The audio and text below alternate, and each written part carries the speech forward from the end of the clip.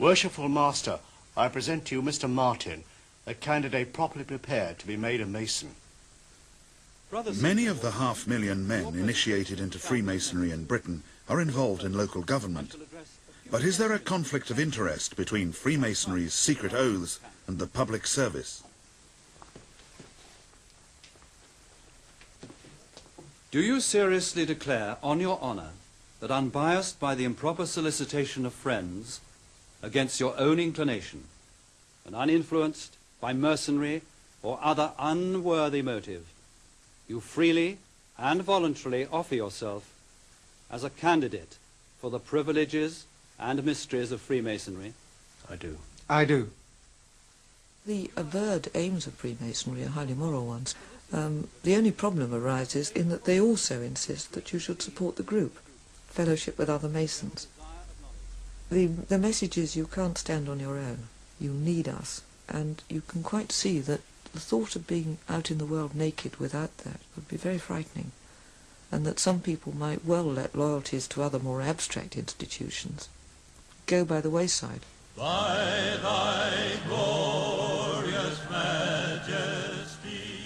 The English language is littered with Masonic phrases like being on the level, upright and true, and getting a square deal.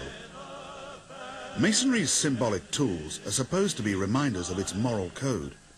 But up and down the country there have been allegations of Masonic corruption in local authorities, from Cardiff to Bradford, from the north of Scotland to the south of England. Southend on the Thames estuary is typical of many seaside resorts. It seems to be virtually controlled by Freemasons. The Masonic Hall houses 43 craft lodges, 23 Royal Arch chapters, and many other Masonic orders.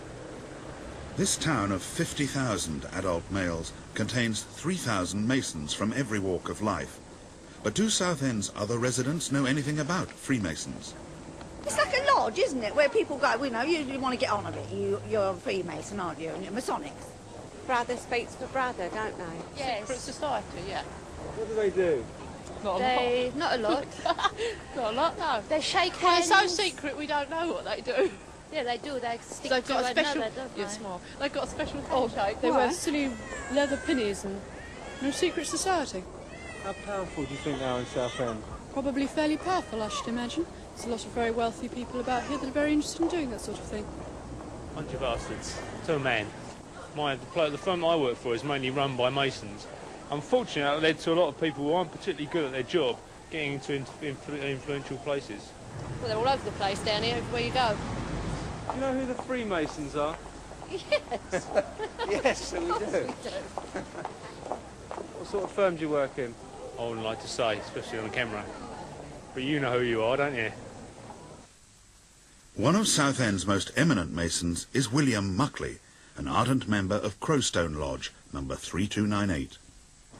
For most of his working life, he was employed by Southend Council, and for 10 years he controlled all the town's council house allocations.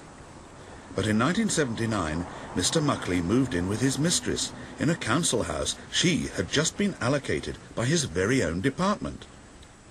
Muckley thereby attracted the attention of Paul Foote of the Daily Mirror. That's how it started. I think we then found a number of other cases. In fact, one of the nastiest cases that occurred there, which wasn't to do with Muckley himself, but with one of his junior officials, was clear evidence that one of the junior housing officers there was housing divorced women and single parents in exchange for sexual favours, a thing which you can't imagine anything really more disgusting at that level. You can't imagine anything more revolting than that. And we exposed that as well. And I think all these things had roots in Masonry, Freemasonry. Foote's revelations caused outrage in Southend. One Conservative councillor, Chris Hudson, was inundated with letters from angry constituents. He's not a Mason. He was concerned about the newspaper's allegations and called for an independent inquiry into the conduct of Mr. Muckley and the Housing Department. But Southend's Masons closed ranks. It is an established fact from Masonic records that members within the Housing Department, officers, were Masons. That's just a question of historical fact.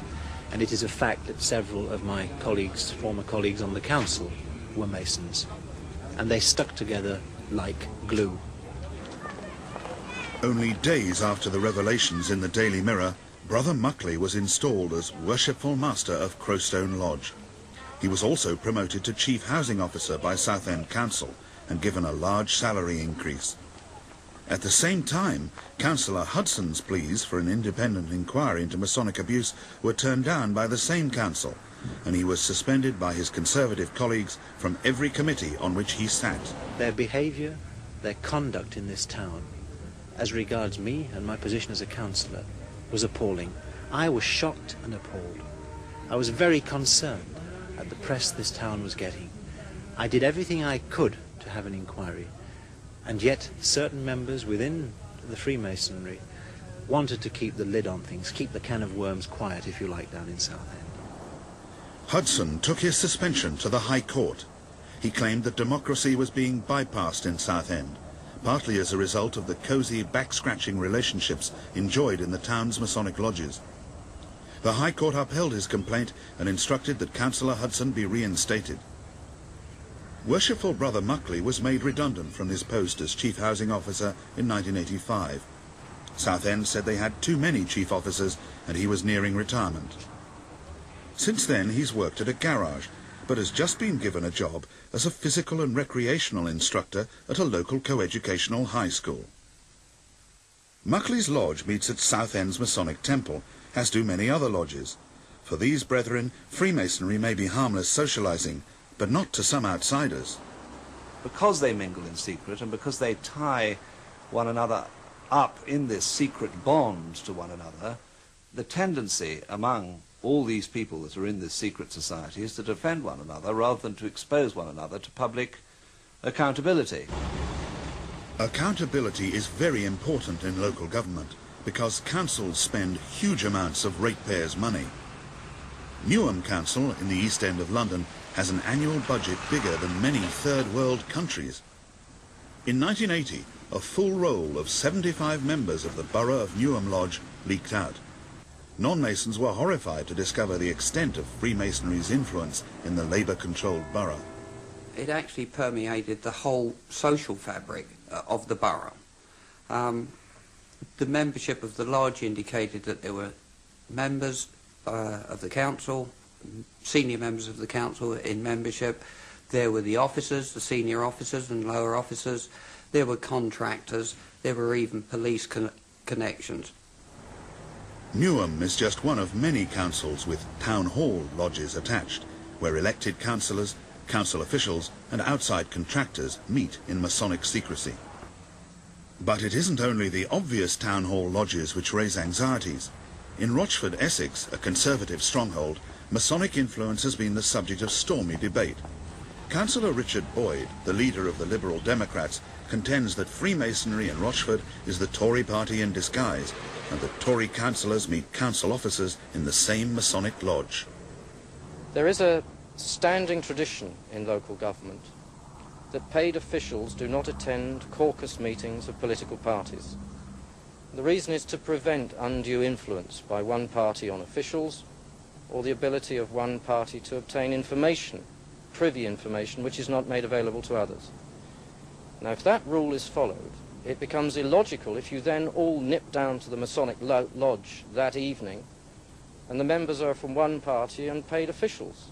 It destroys that attempt to separate political life from private life.